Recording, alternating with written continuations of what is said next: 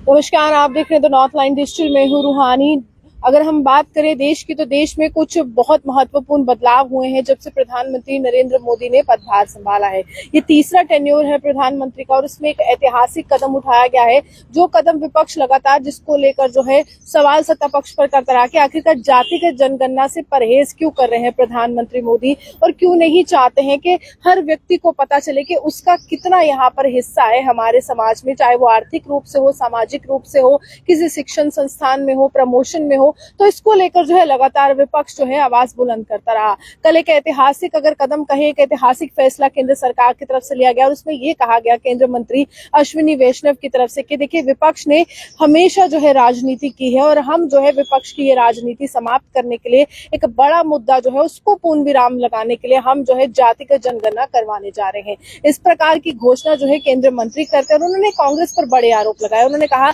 कि साल 1931 में आखिरी मर्तबा जो है जातिगत जनगणना हुई और उसके बाद जो पता ही नहीं चला कि देश में कितनी जातियां हैं और किस हिसाब से किसको कितना आरक्षण जो है मिलना चाहिए, किसका कितना हिस्सा है, कितने अधिकार है, उसको लेकर जो है लगातार कांग्रेस जो है तुष्टीकरण की राजनीति करती रही। इस प्रकार के आरोप यहाँ पर लगते रहे। लेकिन केंद्र सरकार ये कह रही है कि हम चाहते हैं कि हर एक वर्ग जो है, जो अंतिम पंक्ति में खड़ा हुआ अंतिम व्यक्ति है, उस तक जो है केंद्र सरकार की योजनाएं पहुंचे, उनको जो है हिस्सा मिले, उनके जो अधिकार मिले। अगर हम प्रमोशन की बात करें तो प्रमोशन के लिहाज से भी बहुत ज्यादा महत्वपूर्ण है। अगर हम जातिगत जनगणना को देखते हैं तो 2 राज्य ऐसे हैं पूरे देश में जहां पर जो है जातिगत जनगणना हुई है। पहला राज्य तेलंगाना है जिसने जातिगत जनगणना करवाई, दूसरा बिहार है। हालांकि इसको लेकर जब कल राहुल गांधी ने पत्रकार वार्ता की तो उसको लेकर सवाल खड़े किए गए कि तेलंगाना ने भी करवाई है, साथ ही साथ जातिगत जनगणना यानी कि कास्ट सेंसस जो है पूरे देश में कितने कास्ट के कितने लोग हैं, इसको लेकर जो है जब सवाल किया गया तो उन्होंने पूछा कि बिहार में भी जातिगत जनगणना है, तेलंगाना में भी है, आपको किसकी जातिगत जनगणना का स्वरूप पसंद है? उन्होंने कहा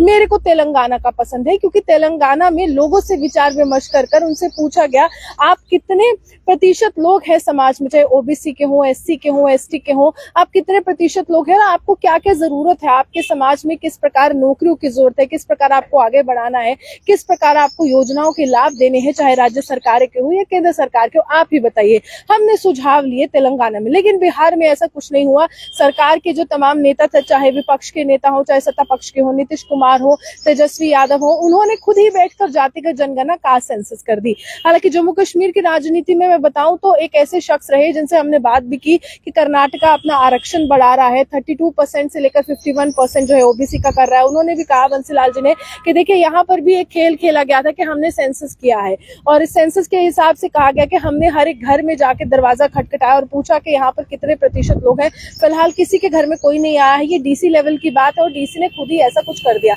इस प्रकार के आरोप लगाए जा रहे हैं। लेकिन फिलहाल अगर देश में जातिगत जनगणना होती है तो हर एक व्यक्ति को ये पता चलेगा कि उसका कितने प्रतिशत हिस्सा केंद्र सरकार की योजना में है, कितना प्रतिशत जो है यहाँ पर उसको आगे बढ़ने के लिए केंद्र सरकार की योजना के लिए तमाम जो है जानकारी मिलेगी। उसका जो भविष्य है, उसके बच्चों का भविष्य, पीढ़ी दर पीढ़ी जो वो उसके जो पूरी जनरेशन आगे बढ़ रही है उसके लिए क्या करने वाली है सरकार, इसको लेकर जो है लगातार देखा जा रहा है। फिलहाल केंद्र सरकार की अगर हम बात करें तो इससे जब देश में लोकसभा के चुनाव हुए, प्रधानमंत्री के चेहरे पर नरेंद्र मोदी सबके सामने आए, उन्होंने तब भी कहा था कि देखिए, जातिगत जनगणना महज राजनीतिक एक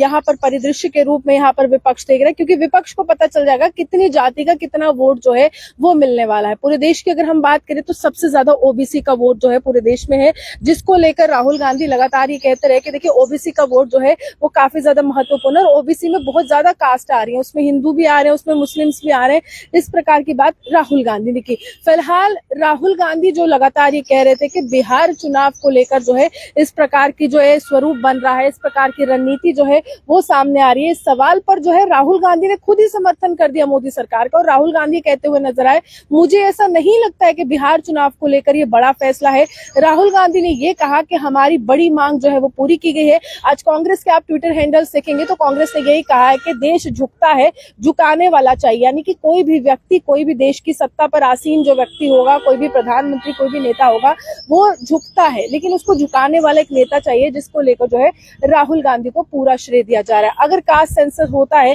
प्रति व्यक्ति को पता चल जाएगा कि कितना उसको नौकरी में लाभ मिलेगा, कितना उसको आरक्षण मिलेगा, कितना रिजर्वेशन है, कितना प्रमोशन है, कितना जो एजुकेशनल जो इंस्टीट्यूशन है उसमें उसको जो है यहाँ पर एडमिशंस मिलेंगी। तो इस प्रकार की राजनीति है। और सबसे बड़ी बात है, हमारे देश में राजनीति के रूप में, जाति के रूप में ही अगर हम कहें, बिहार में यादव का वोट बहुत ज्यादा है, बिहार में जो है दलितों को लेकर काफी ज्यादा आवाज उठाई जाती है, यूपी में भी मुस्लिम समाज को लेकर कहा जाता है। अगर हम यहाँ पर कहें तो यहाँ पर कहा जाता है, मायावती कहते हैं कि देखिए हम दलितों के साथ है उत्तर प्रदेश में, तो यूपी बिहार का ज्यादातर वोट जो है वो दलितों पर ही निर्भर करता है, इस ओबीसी समाज पर निर्भर करता है या अन्य एसटी एससी समाज पर निर्भर करता है। वोट बैंक की राजनीति के लिए सबसे बड़ा खेल जो है प्रधानमंत्री नरेंद्र मोदी ने खेला है कि जिस एक सवाल को लेकर, जिस एक मुद्दे को लेकर राहुल गांधी लगातार आगे बढ़ रहे हैं, उसको लेकर जो है यहाँ पर ये कहा गया है कि हम करवा रहे हैं, अब आप सवाल खड़े कर दीजिए, हमारे में इच्छा शक्ति है, आपकी पिछली सरकारें रही, हम यहाँ पर देख रहे हैं कि हम कैसे इन जाति को आगे बढ़ाएंगे।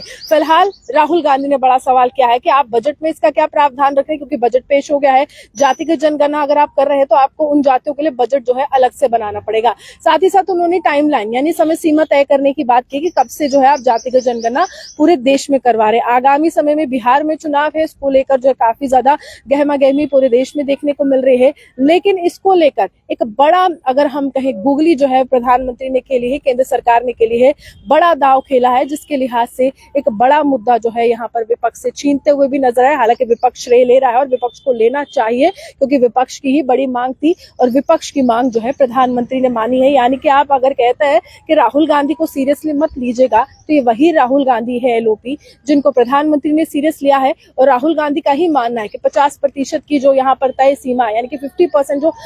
रिजर्वेशन की, आरक्षण की जो लाइन है, उसको हम एंड कर देंगे, हम उससे भी ज्यादा आरक्षण दे देंगे। तो इसको लेकर ये बड़ा सवाल जनरल कैटेगरी के लोग पूछ सकते हैं कि अगर आप सब कुछ ही आरक्षित कर देंगे, अगर आप 80% या 85% जो है रिजर्व कर देंगे एससी एसटी ओबीसी के लिए, तो जनरल कैटेगरी के लोग कहाँ जाएंगे? इसको लेकर बवाल हो सकता है, क्योंकि जो मध्यम वर्ग है या फिर जो समाज में जनरल कैटेगरी के लोग हैं, वो लगातार सवाल यही करते रहे कि आरक्षण की मार हमें पड़ी है। एक वर्ग ऐसा है समाज में जनरल कैटेगरी का जो आरक्षण के खिलाफ है, और दूसरा वर्ग ये है कि 50% की जो लाइन है उससे आगे आप बढ़ा दीजिए। आप यूं ही हमारे साथ बने, देखते रहिए नॉर्थलैंड जम्मू से।